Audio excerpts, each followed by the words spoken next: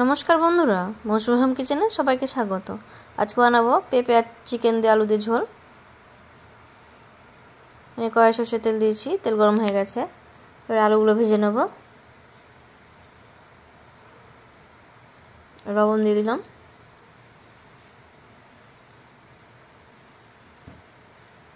আলুগুলো ভাজা হয়ে গেছে, নামিয়ে নেব। এবার তুলে দেব ছেঁড়া কাঁচা লঙ্কা,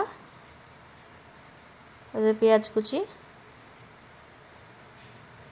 একটা মিডিয়াম সাইজের টমেটো, সব কিছু ভালো করে ভেজে নেব।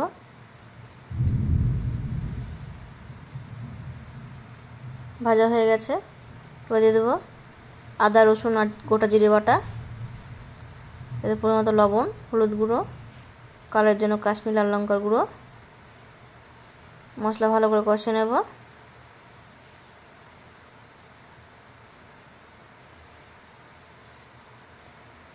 মশলা কষানো হয়ে গেছে। এই পেঁপেগুলো কেটে রেখেছিলাম, একটু বড় সাইজ করে কেটেছি। এই পেঁপেগুলো দিয়ে দিলাম। এবার দিয়ে দেবো চিকেনগুলো।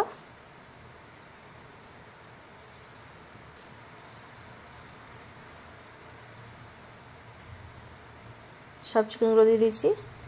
এবার ভালো করে কষিয়ে নেব গ্যাসের আঁচ বাড়িয়ে।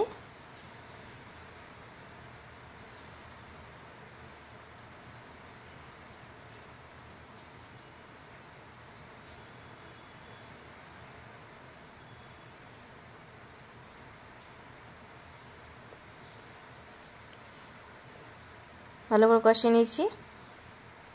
গ্যাস আঁচ কমিয়ে ঢাকা দিয়ে রেখে দেবো 10 মিনিট পর্যন্ত। 10 মিনিট হয়ে গেছে, ঢাকা খুলে দিলাম। চিকেন থেকে অনেকটা জল ছেড়ে এসছে। এবার আলুগুলো দেবো ভেজে রাখা।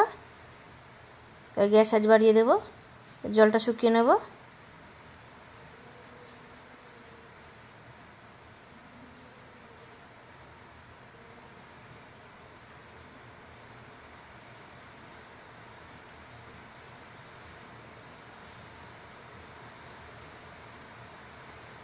যে কষা কষা হয়ে গেছে একবারে।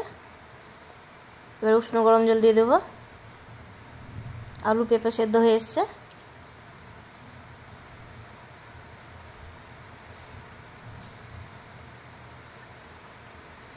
ভালোভাবে ফুটিয়ে নেব। এবার দিয়ে ভাজা গরম মশলার গুঁড়ো দিয়ে আবার কিছুক্ষণ ফুটিয়ে নেব। ঝোল ঝোল রাখবো। সব কিছু ভালোভাবে সেদ্ধ হয়ে গেছে। এবার নামিয়ে নেব।